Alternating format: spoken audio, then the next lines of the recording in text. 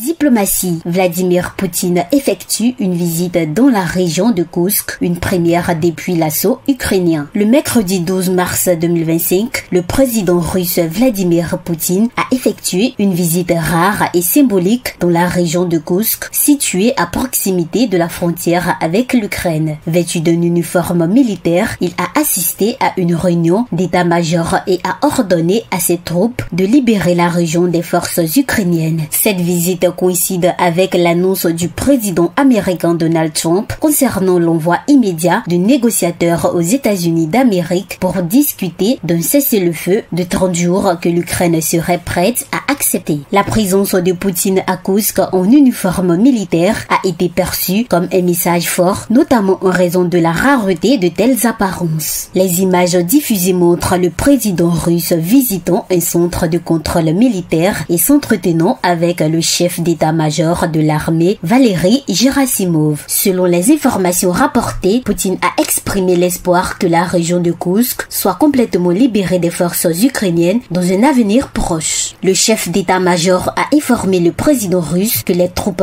ukrainiennes étaient encerclées et que leur destruction systématique était en cours. Poutine a également ordonné que les soldats ukrainiens capturés soient traités comme des terroristes, précisant que les conventions de Genève ne s'appliqueraient pas aux étrangers combattants pour l'Ukraine. Cette visite intervient après une incursion surprise des forces ukrainiennes dans la région de Koursk en août 2024 où elles ont pris le contrôle de certaines zones. Depuis, la Russie a intensifié ses efforts pour reprendre le contrôle total de cette région stratégique. Les autorités russes ont récemment revendiqué des avancées, notamment la reprise de 3 villages précédemment occupés par les troupes ukrainiennes. La visite de Poutine à Koursk et les développements militaires qui en découlent reflète la complexité et l'intensification du conflit dans cette région avec des implications potentielles pour les efforts de paix en cours.